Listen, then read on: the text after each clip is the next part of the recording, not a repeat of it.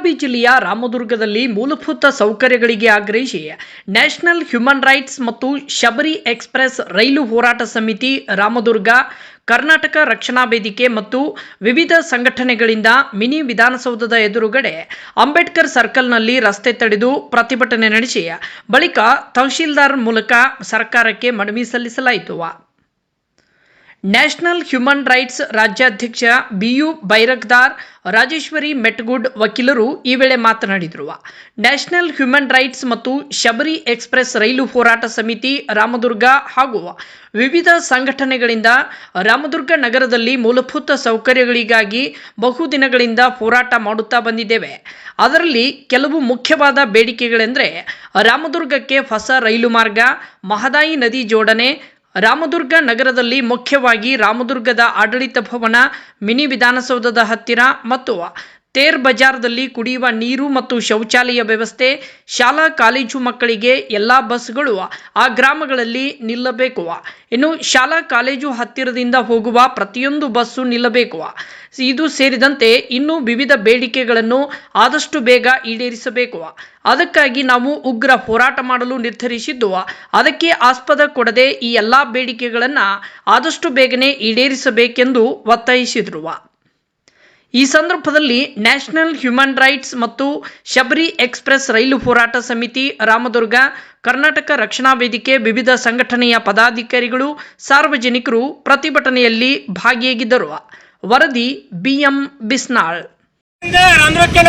ನಗರಕ್ಕೆ ಬರುವ ಎಲ್ಲ ಜನಗಳಿಗೆ ಮೂಲ ಸೌಕರ್ಯ ಒದಗಲೇಬೇಕು. ಶಾಲಾ ಕಾಲೇಜಿನ ಮುಂದಗಡೆ ಬಸ್ಸಿನ ಸೌಕರ್ಯ ಆಗಲೇಬೇಕು. ಕೆಲವು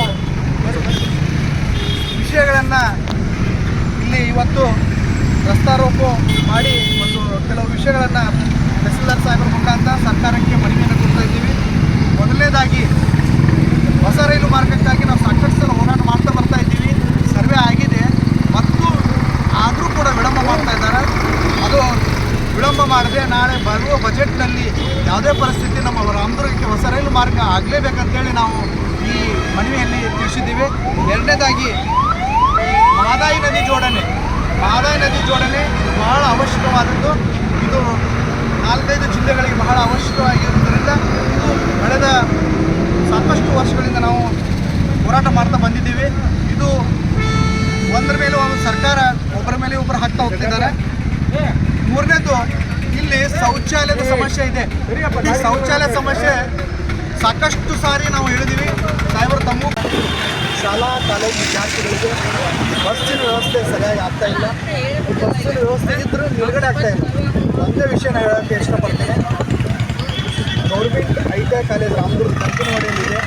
ಅಲ್ಲಿ ನಾವು ಮೊನ್ನೆ ಮಾನವ ಹಕ್ಕು ದಿನಾಚರಣೆ ಮಾಡೋಕ್ಕೆ ಹೋದಾಗ ಎಲ್ಲ ವಿದ್ಯಾರ್ಥಿಗಳು ಮಾಡಿಕೊಂಡು ಏನಪ್ಪ ಅಂತಂದ್ರೆ ಆ ಕಡೆ ಬೆಳಗಾವಿಯಿಂದ ಬಂದ ಬಸ್ಸು ಅದು ಸ್ಟಾಪ್ ಇದೆ. ಕಂಕನವಾಡಿ ಸ್ಟಾಪ್ ನಿಂತರೆ ಆ ಮಕ್ಕಳಿಗೆ ಅನುಕೂಲ ಆಗುತ್ತೆ. ಅಲ್ಲೇ 4 ಸ್ಟೆಪ್ದಾಗ ಕಾಲೇಜ್ಗೆ ಹೋಗ್ಬಿಡ್ತಾರೆ.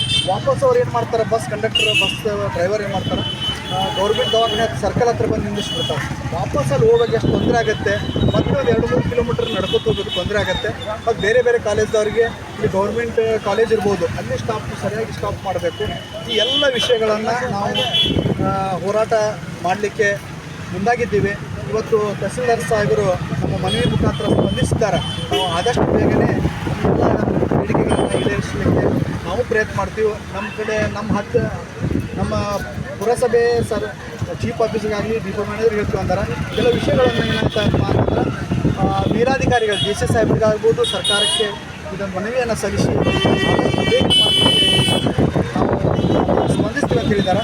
ನಾವು ಈ ಬೇಗನೆ ಈ ವಿಷಯಗಳ ಬೇಡಿಕೆಗಳು ಈಡೇರುತ್ತೆ ಹೋದರೆ ಮುಂದೆ ಉಗ್ರವಾಗಿ ಹೋರಾಟ ಮಾಡ್ತೀವಿ. ಈ ಉಗ್ರವಾಗಿ ಹೋರಾಟ ಮಾಡೋಕ್ಕೆ ಆಸ್ಪದ ಕೊಡದೆ ಆದಷ್ಟು ಬೇಗನೆ ತಹಸೀಲ್ದಾರ್ ಸಾಹೇಬರು ಇರ್ಬೋದು, ಸಂಬಂಧಪಟ್ಟ ಅಧಿಕಾರಿಗಳಿರ್ಬೋದು, ಜನಪ್ರತಿನಿಧಿಗಳು ಇರ್ಬೋದು, ಆದಷ್ಟು ಬೇಗನೆ ಈ ನಮ್ಮ ಬೇಡಿಕೆಗಳನ್ನು ಈಡೇರಿಸಬೇಕನ್ನೋ ಇದರಲ್ಲಿ ನಾನು ಮಾತನಾಡ್ತಿದ್ದೇನೆ.